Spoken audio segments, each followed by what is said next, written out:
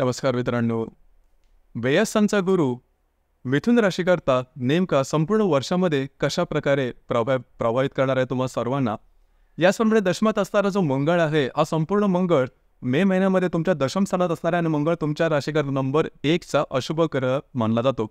त्याचे प्रभाव परिणाम नेमके कशा प्रकारचे असेल, याचप्रमाणे तुमचं मानसिक शारीरिक अस्वास्थ्य, तुमचा पैसा अडका, तुमचं लव्ह लाईफ, वैवाहिक जीवन आणि तुमचं करिअर नेमकं कशा प्रकारचं असेल, या सर्व संदर्भातली खुलासेवर चर्चा आपण या व्हिडिओमध्ये करणार आहोत.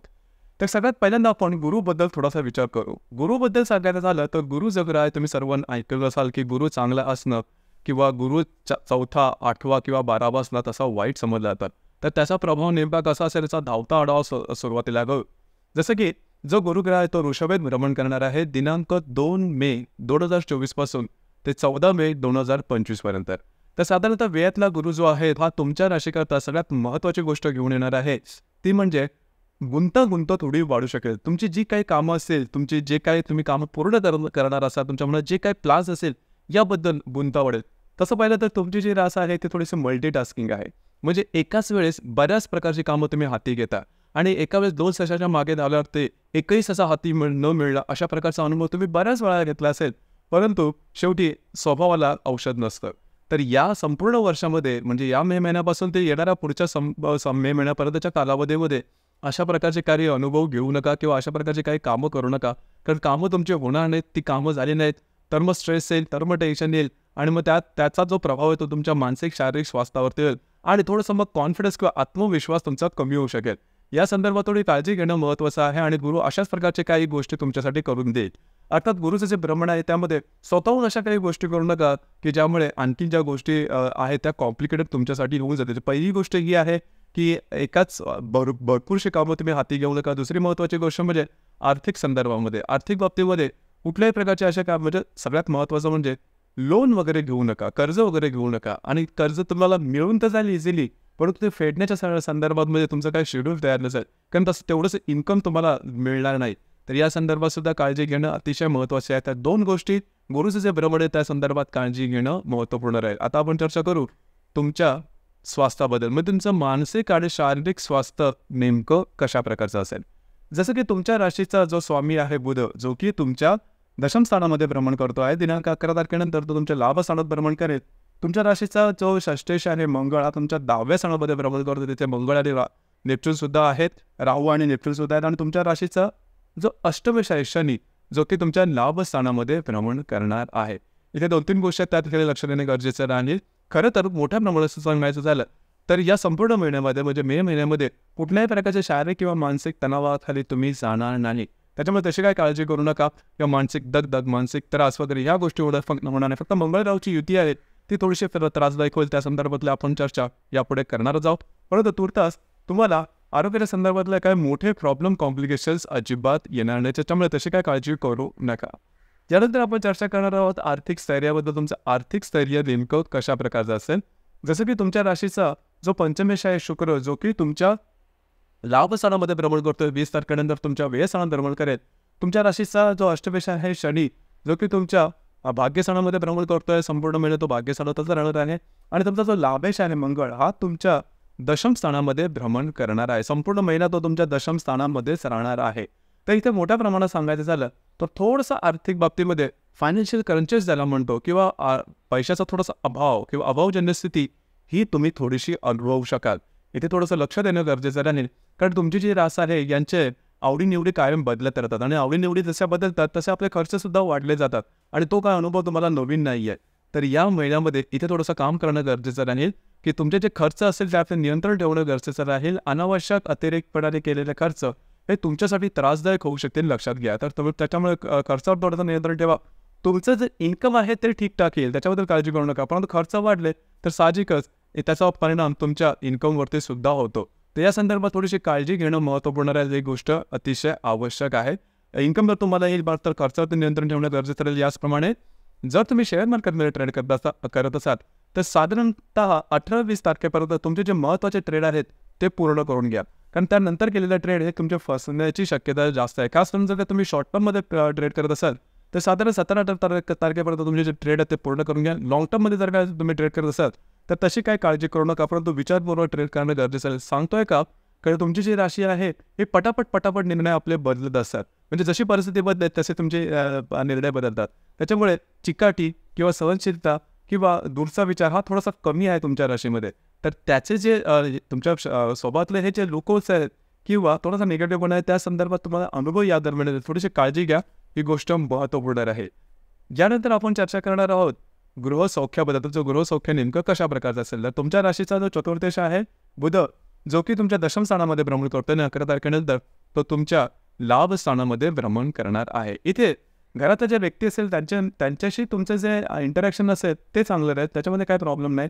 मात्र तुमच्या वयापेक्षा ज्या लहान व्यक्ती तुमच्या घरामध्ये असेल त्यांच्या आरोग्याकडे थोडंसं लक्ष देणं गरजेचं राहील. त्यांच्या आरोग्य संदर्भातले काही त्रास या दरम्यान डोकं वर करू शकतील. याचप्रमाणे वास्तूच्या संदर्भाचे कुठलेही महत्त्वपूर्ण निर्णय असतील, म्हणजे वास्तूमध्ये काय रिनोव्हेट करायचं असेल किंवा वास्तू नवीन घ्यायची असेल, वास्तू विकायची असेल, तर थोडीशी काळजी घेणं गरजेचं राहील. तुमचे अंदाज थोडेफार चुकण्याची शक्यता जास्त राहील. थोडंसं नीट विचार करून या संदर्भात काळजी घ्या आणि वरवरचा विचार करून कुठलेही महत्त्वाचे निर्णय वास्तूच्या संदर्भात घेऊ नका. लव्ह लाईफबद्दल सांगायचं झालं तर तुमचं लव्ह लाईफ कशा प्रकारचं असेल किंवा ज्याला आपण रिलेशनशिप सुद्धा म्हणतो, तर साधारण जो पंचमेश आहे शुक्र तुमच्या लाभ स्थानामध्ये भ्रमण करतो आणि 20 तारखेनंतर तुमच्या व्यय स्थानामध्ये भ्रमण करणार आहे. तर थोडंसं साधारण 22-23 तारखेनंतर जर तुम्ही कोणाच्या रिलेशनशिपमध्ये असाल तर ते छोट्या मोठ्या कुरबुरी वगैरे जाणवायला लागतील. म्हणजे छोट्या मोठ्या गाण्यात ते अगदी आपण चहाच्या कपातले वादळ बोलतो तशा प्रकार. अर्थात त्याचा फारसा मोठा परिणाम तुमच्या तुमचं जे रिलेशनशिप आहे त्यावर ते होणार नाही. त्याच्यामुळे तशी काय काळजी करू नका. परंतु कधी कधी सुरुवात ही अशा छोट्या छोट्या गोष्टींनी होते, तर इथे थोडंसं लक्ष देणं गरजेचं राहील. ज्या गर्भवती महिला आहेत त्यांनी स्वतःच्या आरोग्याकडे लक्ष देणं गरजेचं राहील. आरोग्याच्या संदर्भातले कुठल्याही प्रकारचे त्रास जर का तुम्हाला जाणवले तर त्यावरती दुर्लक्ष मात्र करू नका. विद्यार्थी वर्गासाठी सुद्धा कालावधी चांगला राहील. ज्या विद्यार्थ्यांना नवीन काय शिकण्यासाठी परदेश गमन करायचं असेल किंवा मिथुन राशीकरता सुद्धा ज्यांना परदेश गमन करायचं असेल, हा संपूर्ण कालावधी तुमच्यासाठी खूप चांगला राहील. त्या दृष्टीने तुम्हाला काही चांगले अनुभव निश्चित येतील. यानंतर आपण चर्चा करणार आहोत वैवाहिक जीवनाबद्दल. वैवाहिक जीवन नेमकं कशा प्रकारचं असेल तर जो सप्तमेश आहे गुरु हा तुमच्या आता व्यय स्थानामध्ये भ्रमण करणार आहे. त्याचे तुमचे वैवाहिक जोडीदार असेल त्यांच्या आरोग्याकडे लक्ष देणं गरजेचं आहे. आरोग्याच्या संदर्भात लगेच मोठे त्रास काही जाणवले नाहीत. मात्र आरोग्याच्या संदर्भातले काही तुमचं मेडिकल हिस्ट्री वगैरे असेल तर त्या संदर्भातले काही लक्षण तुम्हाला येऊ शकतील. तर थोडंसं वैद्यकीय इलाज करणं गरजेचं राहील. ही गोष्ट महत्त्वपूर्ण राहील. याचप्रमाणे आतापर्यंत तुम्ही अनुभवलेलं असेल की गेल्या वर्षभरामध्ये जे विवाहोत्सुक जे मंडळी होती त्यांना विवाहाच्या संदर्भात काही चांगली स्थळं येत होती. त्यांच्या एक्सपेक्टेशनप्रमाणे काही गोष्टी होत होत्या. आता मात्र गोष्टी थोड्याशा वेगळ्या होऊ शकतात. कारण वेळातला गुरु हा तुमच्या अपेक्षेप्रमाणे तुम्हाला स्थळं आणून देणं हे थोडंसं कठीण होऊन बसेल. म्हणजे प्रत्यक्षात विवाह ठरवणं या गोष्टी थोड्याशा कठीण होऊ शकतील. या संदर्भात सुद्धा या महिन्यामध्ये थोडीशी काळजी घ्या. मे महिन्यापासून गोष्टी थोड्याशा कॉम्प्लिकेटेड होऊ शकतील तुमच्याकरता. तर इथे थोडंसं लक्ष देणं गरजेचं आहे. यानंतर आपण चर्चा करणार आहोत तुमचं करिअर आहे त्या संदर्भात. करिअरच्या संदर्भात गोष्टी कशा प्रकारचे जातील. तर साधारणतः तुमच्या 10व्या स्थानात जो मंगळ आहे तो भ्रमण करतात. इथेच मंगळ, राहू, नेपच्यून हे 3 ग्रह आहेत. तर ज्या ठिकाणी तुम्ही काम करता, नोकरी करता किंवा व्यवसाय करता त्या ठिकाणचे जे सहकर्मी असतील किंवा वरिष्ठ असेल त्यांच्याबरोबर मतभेद होणं, वादविवादाचे प्रसंग निर्माण होणं किंवा तुम्हाला स्वतःला असं वाटणं की आपल्या ते फार मोठा अन्याय होते, आपण खूप काम करून घेतलं तर गोष्टी काय बरोबर होत नाहीत, आतापर्यंत चांगली वागणारी माणसं काही वेगळेच वागतायत किंवा कामाच्या संदर्भात सुद्धा जास्त धावपळ करायला लागते, असं काहीही कारण असलं तरी त्या कारणाला सामोरं जा. त्या कारणासाठी समोर दूर पळू नका. म्हणजेच नोकरी सोडणं, स्विच करणं, दुसऱ्या ठिकाणी काही ट्राय करणं असं काही करू नका. तुमचे अंदाज साफ चुकतील. तर या ठिकाणी लक्ष देणं अतिशय महत्त्वपूर्ण राहील. कुठल्याही प्रकारचा कसलाही त्रास जरी तुम्हाला झाला तरीसुद्धा तो सहन करा. सहनशीलता तुम्हाला थोडीशी आणायला हवी. कारण जर का तुम्ही आत्ताच कुठले चुकीचे डिसिजन घेतले तर मगाशी जे सुरुवातीला सांगितलं जो गुरु तुमच्या व्ययस्थानामध्ये वर्षभर राहणार आहे त्याचे प्रभाव तुम्हाला या महिन्यापासूनच मिळायला सुरुवात होते. तर या संदर्भात काळजी घेणं अतिशय आवश्यक राहील. ही गोष्ट फार महत्त्वाची राहील. तर एकंदरीतच सांगायचं झालं तर व्ययातल्या गुरुची या मे महिन्यापासूनची सुरुवात आहे तुम्हाला थोडंसं स्ट्रॉंग बनवण्याची. तर थोडंसं स्ट्रॉंग राहा मानसिकदृष्ट्या. मग तुम्हाला काही त्रासाला सामोरं जावं लागणार. अर्थात काही त्रास येतीलच, परंतु जर का तुम्ही मनाने स्ट्रॉंग असेल, जर का तुम्हाला तुमचा मार्ग नेमका आणि स्पष्ट ठाऊक असेल तर परिस्थिती कशी जरी आली तरी तुम्हाला त्या मार्गाने जायचं आहे. कुठल्याही प्रकारचे वेगळे प्रयोग करू नका. कारण तुमची जी रास आहे ती प्रयोगशील रास आहे. परंतु आता जो कालावधी सुरुवात होत आहे तो प्रयोगशील करण्याचा किंवा प्रयोग करण्याचा अजिबात नाही आहे. यानंतर आपण चर्चा करणार आहोत की जे ग्रहयोग आहे त्याचे परिणाम नेमके कशा प्रकारचे असेल. जसं की दिनांक 13 तारखेला रवी आणि हर्षची युती होणार आहे तुमच्या लाभ स्थानामध्ये. तर साधारणतः या दरम्यान तुमचे जे मित्रपरिवार असेल त्यांच्यावर थोडंसं प्रमाणात मतभेद, मतवैचित्र्य, वादविवाद वगैरे होऊ शकते. काळजी घ्या. तुमच्या खर्चावर सुद्धा नियंत्रण ठेवणं गरजेचं राहील. कागदोपत्री व्यवहारामध्ये सुद्धा काळजी घेणं महत्त्वपूर्ण राहील. याचप्रमाणे दिनांक 18 तारखेला रवी आणि गुरुची युती तुमच्या व्ययस्थानामध्ये होणार आहे आणि त्याच दिवशी शुक्र आणि हर्षची सुद्धा युती होणार. तर रवी गुरुची युती थोडीशी महत्त्वपूर्ण राहील.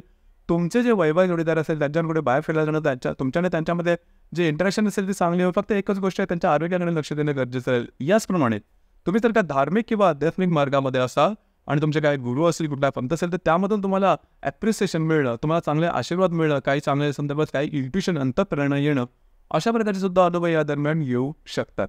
आता हा जो व्ययातला गुरु आहे, व्ययातला गुरु तुम्हाला साधारण धार्मिक किंवा आध्यात्मिक मार्गाची गोडी नक्की लावेल. याचप्रमाणे शुक्र हर्षची जी युती तुमच्या लाभस्थानात होणार आहे. या ठिकाणी जर का तुम्ही कोणाच्या रिलेशनशिपमध्ये असाल तर वादविवाद होणार हे निश्चित, आणि वादविवाद थोडेसे टोकाचे सुद्धा होतील. तर या संदर्भात थोडीशी काळजी घेणं महत्त्वपूर्ण आहे. याचप्रमाणे दिनांक 20 तारखेला मंगळ आणि राहूची युती तुमच्या 10व्या स्थानात होणार आहे. तर संपूर्ण या महिन्यामध्ये सगळ्यात महत्त्वाची अशी ही युती असणार आहे मंगळ राहूची. तर मंगळ राहूची ही युती जी दशमात होणार आहे, ती ज्या ठिकाणी तुम्ही काम करता, नोकरी करता, व्यवसाय करता, त्या ठिकाणचे जे सहकर्मी असतील किंवा वरिष्ठ असेल, वादविवादाचे प्रसंग निर्माण होतील आणि थोडंसं तुमचं जे काही कार्यक्षेत्र असेल त्याबद्दल थोडीशी निगेटिव्हिटी मनात तयार होईल किंवा त्या संदर्भातले अशा प्रकारचे काही विचार तुमच्या मनात येऊ शकतील. जसं मी सुरुवातीला सांगितलं, टोकाचे निर्णय घेऊ नका. पटापट निर्णय घेऊन ते इम्प्लिमेंट करणं असा विचार करू नका. लक्षात घ्या, व्ययातला गुरु आहे, त्यामुळे थोडंसं सामंजस्याने गोष्टी करणं गरजेचं आहे. जिद्द चिकाटी या गोष्टींकडे लक्ष द्या. याप्रमाणे दिनांक 31 तारखेला बुध आणि हर्षची सुद्धा युती होणार आहे तुमच्या लाभस्थानामध्ये. अर्थात बुध जो ग्रह आहे तुमच्या राशीचा स्वामी आहे आणि त्या हर्षाच्या युतीत तुमच्या लाभात असणार आहे. तर थोडंसं पैशाच्या संदर्भात, प्रत्यक्ष लाभ मिळण्याच्या संदर्भात वादविवादाचे प्रसंग वगैरे निर्माण होतील. खास करून तुमचे जे मित्रपरिवार असतील त्यांच्यावर अशा प्रकारच्या काही गोष्टी होऊ शकतील. स्वतःवर थोडंसं लक्ष देणं किंवा स्वतःच्या भावभावनांवरती थोडंसं लक्ष देणं महत्त्वपूर्ण आहे. याचप्रमाणे या महिन्यामध्ये सगळ्यात महत्त्वाचा जो दिवस असणार आहे किंवा शुभ असा दिवस असणार तो दिनांक 10 तारखेचा, आणि त्या दिवशी असणार आहे अक्षय तृतीया. वर्षातले जे 3.5 मुहूर्त महत्त्वपूर्ण मानले जातात किंवा शुभफलदायी मानले जातात, त्याच्यापैकी एक मुहूर्त जो आहे तो अक्षय तृतीयाचा आहे. अर्थात अक्षय तृतीयेला तुम्ही नवनवीन गोष्टी की ज्या सोने, चांदी, माणिक, हिरे अशा प्रकारचे मूल्यवान वस्तू तुम्ही खरेदी करू शकता, त्याच्यामध्ये इन्व्हेस्टमेंट करू शकता. सरळ एखाद्या म्हणजे पैशाची सुद्धा इन्व्हेस्टमेंट करू शकता. तुम्ही वस्त्र वगैरे घेणं किंवा अशा प्रकारच्या गोष्टी करू शकता. खरेदी तुम्ही मुळात करू शकता. अर्थात यामागचा उद्देश सुद्धा असा आहे की तुम्ही जी काही खरेदी कराल त्याचा उपभोग तुम्ही संपूर्णपणे घेऊ शकाल. बऱ्याच वेळा असं होतं की आपण गोष्टी खरेदी करतो पण त्याचा उपभोग घेता येत नाही. बऱ्याच वेळा असं पण असतं की सोनं तुम्ही खरेदी करता पण ते मॉर्गेजच जास्त ठेवलं जातं, गहाण ठेवलं जातं. तुम्ही त्याचा अनुभव किंवा त्याचा उपभोग घेत नाहीत. तर हे जे स्पेसिफिक मुहूर्त आहेत त्या मुहूर्तामध्ये घेतलेल्या किंवा खरेदी केलेल्या वस्तूंची तुम्ही संपूर्णपणे उपभोग घेऊ शकाल. या खास करून जर काही इन्व्हेस्टमेंट केली या दरम्यान, मग ते सोन्या चांदीमध्ये करा किंवा प्रत्यक्ष करा, ती इन्व्हेस्टमेंट नेहमी वाढतच जाते. तर या संदर्भात सुद्धा हा अक्षय तृतीयेचा मुहूर्त खूप चांगला राहील किंवा शुभफलदायी राहील. या ठिकाणी एक छोटीशी टिप तुम्हाला द्यावीशी वाटेल, तुम्ही त्याचा अनुभव नक्की घ्या. या दरम्यान म्हणजे अक्षय तृतीयेला जर का तुम्ही पुरुषांच्या बाबतीत जे आपण पाकिट किंवा वॉलेट म्हणतो ते खरेदी करा. स्त्रियांच्या जे पर्स असते ज्या ठिकाणी तुम्ही म्हणजे ज्या पर्समध्ये तुम्ही प्रत्यक्ष पैसे ठेवता, तर तसे पर्स किंवा पाकिटे खरेदी करा. तुम्हाला याचा चांगला अनुभव संपूर्ण वर्षामध्ये चांगला येईल की त्याच्यामध्ये पैसे सहसा संपणार नाहीत. पैशाची जी आवक आहे ती चांगली राहील आणि जी जावक म्हणून म्हणतो किंवा खर्च जो म्हणतो हा तेवढासा होणार नाही. त्या अन्वये तुम्ही ही जी टीप आहे किंवा हा जो नुस्खा म्हणा त्याचा नक्की अनुभव घ्या आणि तुमचा अनुभव खाली कमेंट बॉक्समध्ये नक्की कमेंट करा. याचप्रमाणे या महिन्यातली जी अमावस्या आहे ती दिनांक 8 तारखेला आणि जी पौर्णिमा आहे ती दिनांक 23 तारखेला आहे, बुद्ध पौर्णिमा आहे. तर अमावस्या आणि पौर्णिमेच्या दरम्यान रविचंद्राचं आकर्षण पृथ्वीकडे थोडंसं जास्त असतं आणि त्यामुळे आपण जास्त भावनातीत होऊन चुकीचे निर्णय घेतले जाण्याची शक्यता बऱ्याच प्रमाणात असते. तर पौर्णिमा आणि अमावस्या म्हणजे या महिन्याचे 8 तारीख आणि 23 तारीख या दरम्यान कुठल्याही प्रकारचे महत्त्वपूर्ण निर्णय घेणं, वादविवादात जाणं अशा प्रकारचे किंवा डॉक्युमेंटेशन, कागदपत्री व्यवहार या संदर्भातली कामं करू नका. तर मित्रांनो, हे होतं मिथुन राशीचं मे 2024 करताचं संपूर्ण राशीफळ. आपल्याला राशीफळ कसं वाटलं, आपण त्याचा अनुभव कशा प्रकारे घेतला नक्की कळवा. आणि आपले जे चॅनल आहे मराठी ज्योतिष कट्टा हे सुद्धा लाईक, शेअर आणि सबस्क्राईब नक्की करा. धन्यवाद.